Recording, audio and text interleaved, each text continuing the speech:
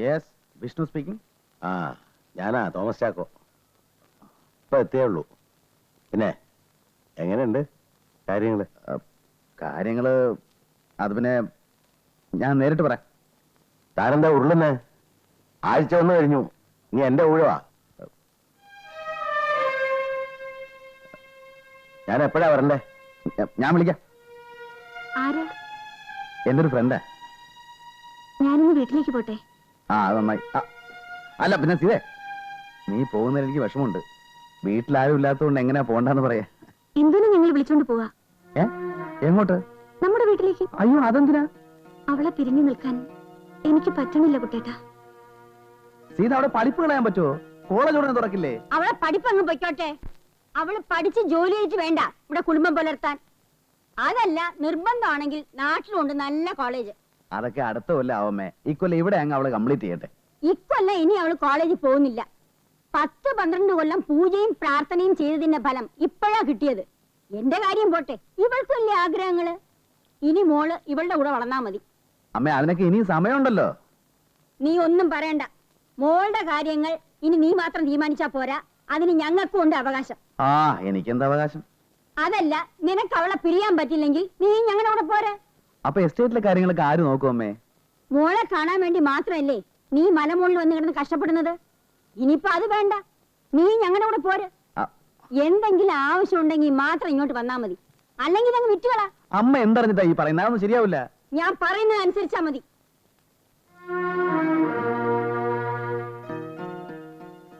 നമുക്ക് പോവാൻ കുട്ടേട്ടാ. ഇനിയെങ്കിലും നമ്മുടെ മോള് അച്ഛന്റെ അമ്മയുടെ സ്നേഹം കിട്ടി വളരട്ടെ. സീതേ, നീ എന്തോന്നാ അവന്റെ അടുത്ത് കിന്നാരം പറഞ്ഞോണ്ടിരിക്കുന്നത്? നീ ചെന്ന് അവന്റെ പെട്ടിയിൽ സാധനങ്ങളൊക്കെ എടുത്തു വെക്ക്. ചെല്ലേ. എടാ, ഇനിയെങ്കിലും മീശയും കറുപ്പിച്ച് പിള്ളേരെ കളിച്ച് നടക്കാതെ മാനം മര്യാദയ്ക്ക് ജീവിക്കാൻ നോക്ക്. പ്രായമായ ഒരു പെൺകുട്ടിയുടെ അച്ഛനാണ് നീ, അത് മറക്കണ്ട.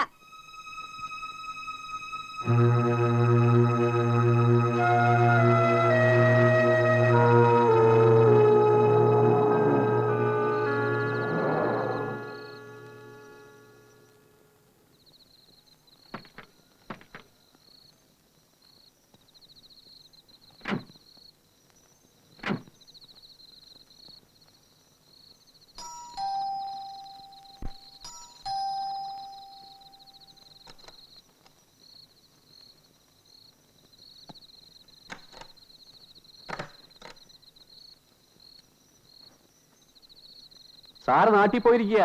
അപ്പൊ ആ കുട്ടിയോ? അതിനെയും കൊണ്ടുപോയി വീട്ടിലേക്കോ?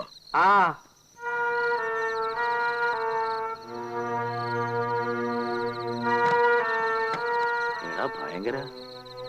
അയാൾ ആള് കൊള്ളാവല്ലോ.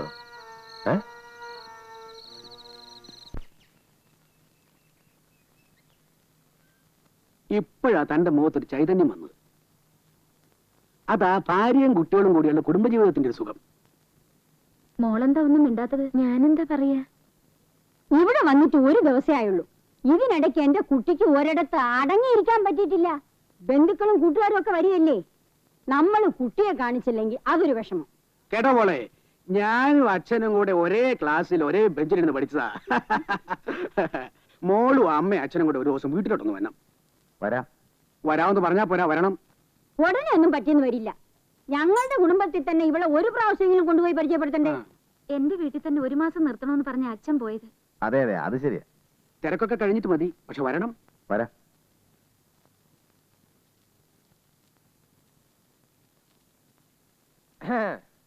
എന്താടാ? എന്തു പറ്റി? അത്താഴമൊന്നും കഴിച്ചില്ലെന്ന് ചേച്ചി പറഞ്ഞു. ബുദ്ധിയുള്ള പൊന്മാൻ കിണറ്റിലെ മുട്ടയിടൂന്ന് പറഞ്ഞ പോലെ ആയല്ലോ. ഗ്ലാമറൊക്കെ പോയല്ലോ സാറേ. നര കുറേശ്ശെ തെളിയുന്നുണ്ട് കേട്ടോ. ഇനിയിപ്പോ കുഴപ്പമൊന്നുമില്ല, ലൈസൻസ് ഉള്ള തന്തയായില്ലേ. പറഞ്ഞു പറഞ്ഞപ്പോ ഒരു തന്തയായ ഫീലിംഗാ. എങ്ങനെ ഒന്ന് തലയൂരും എന്റെ കൃഷ്ണ. വല്ല വഴിയുണ്ടോടാ? വഴിയുണ്ട്, പെരുവഴി.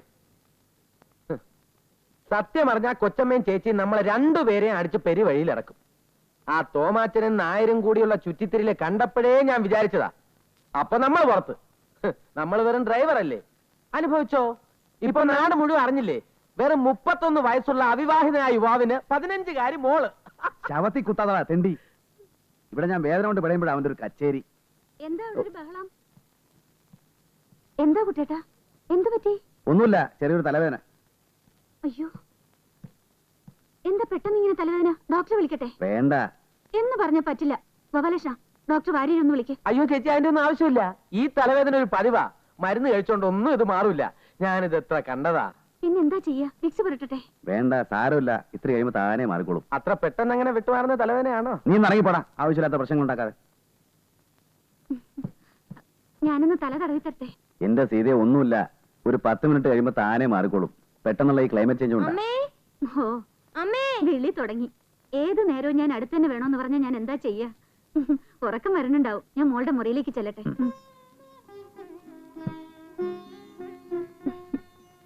എന്നോട് ദേഷ്യം തോന്നുന്നുണ്ടോ കുട്ടേട്ടന്? അമ്മയ്ക്ക് ഉറക്കത്തിൽ ഒരു ബോധമില്ല. അല്ലെങ്കിൽ അമ്മയുടെ മുറിയിൽ കിടത്തായിരുന്നു. ഒറ്റയ്ക്ക് കിടത്തിയ വല്ല ദുസ്വപ്നം കൊണ്ട് പേടിച്ച അത് മതി വല്ല അസുഖം വരാൻ. ആ അമ്മതാ വരുന്നോ? കുട്ടേട്ടാ, എന്തെങ്കിലും ആവശ്യമുണ്ടെങ്കിൽ എന്നെ വിളിക്കണം കേട്ടോ. ഈ പാല് കുടിച്ചിട്ട് വേണം കിടക്കാൻ.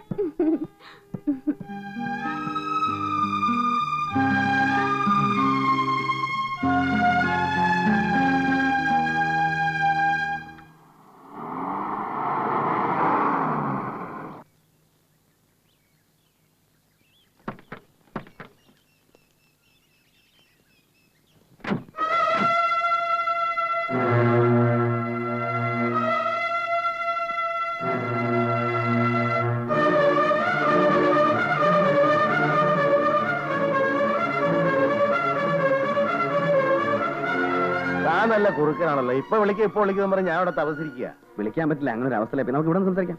ഞങ്ങളിവിടെ സൽക്കാരത്തിനൊന്നും വന്നതല്ല. പാർട്ടി ഇവിടെ ഉണ്ടോ? അമ്പടാ വേന്ദ്ര, സ്വന്തം കുടുംബത്ത് കയറ്റി താമസിപ്പിക്കാനുള്ള ധൈര്യം എനിക്ക് പോലും ഇല്ല. താനിത് എങ്ങനെ സാധിക്കുന്നു? അതൊക്കെ ഓരോരുത്തരുടെ മിടുക്ക്. പക്ഷെ എന്നോടൊന്ന് പറഞ്ഞിട്ട് കൊണ്ടുപോകാനുള്ള മര്യാദ കാണിക്കണമായിരുന്നു. പറ്റിപ്പോയി, ക്ഷമിക്കണം. ഒരാഴ്ചയും 3 ദിവസമായി. 7,000 രൂപ കൂടി തരേണ്ടി വരും. Business is business. തരാം. പിന്നെ എനിക്ക് ഒരാഴ്ച സമയം കൂടെ തരണം. അതെന്ത് പണിയാറോ? ദിവസം എത്ര ഞാൻ കാത്തിരിക്കുന്നറിയോ? ഒരു കാര്യം ചെയ്യും, ഇപ്പൊ ഞാൻ കൊണ്ടുപോയിട്ട് ഒരാഴ്ച കഴിഞ്ഞ് പറയുന്ന സമയത്ത് തിരിച്ചുകൊണ്ട് നേപ്പിക്കാം. അയ്യോ, അത് പറ്റില്ല. താനിങ്ങനെ സെൽഫിഷ് ആയാലും എങ്ങനെയാടോ? ഇപ്പൊ അവളെ നിങ്ങളോട് അയക്കാൻ പറ്റുന്ന ഒരു സാഹചര്യം അല്ല. ഒരാഴ്ച കൂടെ എനിക്ക് സമയം തരണം. മിസ്റ്റർ തോമസ് സമ്മതിച്ചാൽ എനിക്ക് വിരോധമില്ല. ആരായാലും എനിക്കൊരാഴ്ചക്ക് 15,000 രൂപ കിട്ടണം, അത്രേ ഉള്ളൂ. അങ്കിൾ പ്ലീസ്, എനിക്ക് വേണ്ടി ഒന്ന് സമ്മതിക്കണം. ഇതൊരു പ്രേമലൈനാണെന്ന് തോന്നുന്നല്ലോ. ഇനി ഒരാഴ്ച കഴിഞ്ഞ് വരുമ്പോ സ്വന്തമാന്ന് പറയുമോ? അത് ഒരാഴ്ച കഴിഞ്ഞ് വരൂ. ശരി, താൻ്റെ ശിഷ്യനായി പോയില്ലേ? പിന്നെ ഒരാഴ്ച എന്ന് പറഞ്ഞാ ഇന്ന് മുതൽ 7 ദിവസമാ. അത് മറക്കരുത്. ഇല്ല. അല്ല, അപ്പൊ ക്യാഷ്? അത് ഞാൻ മാനേജറോട് വിളിച്ച് പറയാം. അയാൾ നിങ്ങൾക്ക് കൃത്യമായിട്ട് എത്തിച്ചു തന്നോളൂ. Okay okay by.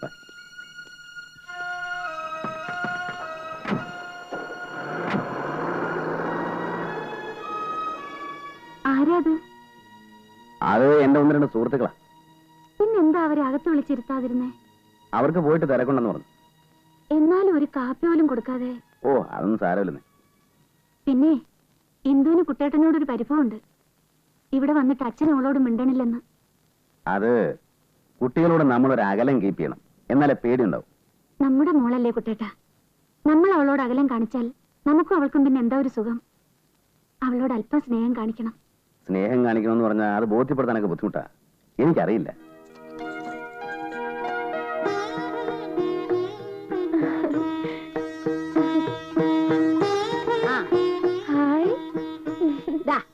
ഈ മാല മോക്ക് ഇഷ്ടപ്പെട്ടോ? ഇതെല്ലാം കൂടി ഇട്ടാ കഴുത്തൊടിയും. എല്ലാം കൂടി ഇടണ്ട, ആവശ്യത്തിന് ഇട്ടാ മതി. ഇതെല്ലാം മോക്കുള്ളതാ, അച്ഛമ്മയുടെ സമ്മാനം. ഇത് മുഴുവൻ അച്ഛമ്മയുടെയാ? അയ്യോ, എന്റെ കമ്മലും മാലയും മുക്ക. ഒരു സ്വർണ്ണനൂലുണ്ടായിരുന്നെങ്കിലെന്ന് കൊതിച്ചിട്ടുണ്ട് ഞാൻ. മേപ്പുള്ളിയിലെ കുഞ്ഞാത്തൂലുടെ പൊന്നരിഞ്ഞാണത്തിന്റെ ഒരു മണി അടർന്നു പോയിട്ട് അത് ഞാൻ കട്ടൂന്ന് പറഞ്ഞ് അവരെന്നെ എത്ര തല്ലിന്നറിയോ? ഞാൻ കണ്ടിട്ടും കൂടി ഇല്ലായിരുന്നു. പിന്നെ അത് കൊളപ്പുരേന്ന് കിട്ടിയപ്പോ സാരില്ല കേട്ടോ എന്ന് പറഞ്ഞു വന്നു. ചോര വരുന്നവരെ തല്ലിയിട്ട് സാരില്ല എന്ന് പറഞ്ഞ വേദന മാറും അച്ഛമ്മേ? നല്ല ചീത്ത പറഞ്ഞു കൊടുക്കായിരുന്നില്ലേ? നല്ല കാര്യായി. രാവിലെയും വൈകിട്ടും നടു ഒടിയുന്നവരെ പണിയെടുത്താലാ 3 നേരം കഞ്ഞി കിട്ടുക. പിന്നെ എല്ലാ കൊല്ലവും പുസ്തകം ഉടുപ്പും വാങ്ങിത്തരും. എന്റെ ഇല്ലത്ത് അതും കൂടി കിട്ടില്ല. അമ്മ എന്തിനാ കരയണേ?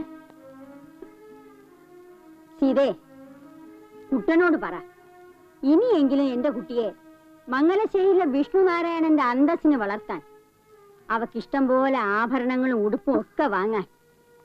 ഇനി എന്റെ മോളുടെ ഒരാശയും നടത്തി കൊടുക്കാതിരിക്കരുത്. എനിക്കൊരാശയുള്ളൂ, അച്ഛനും അമ്മയും അച്ഛമ്മയും എന്നുണ്ടാവണം എനിക്ക്.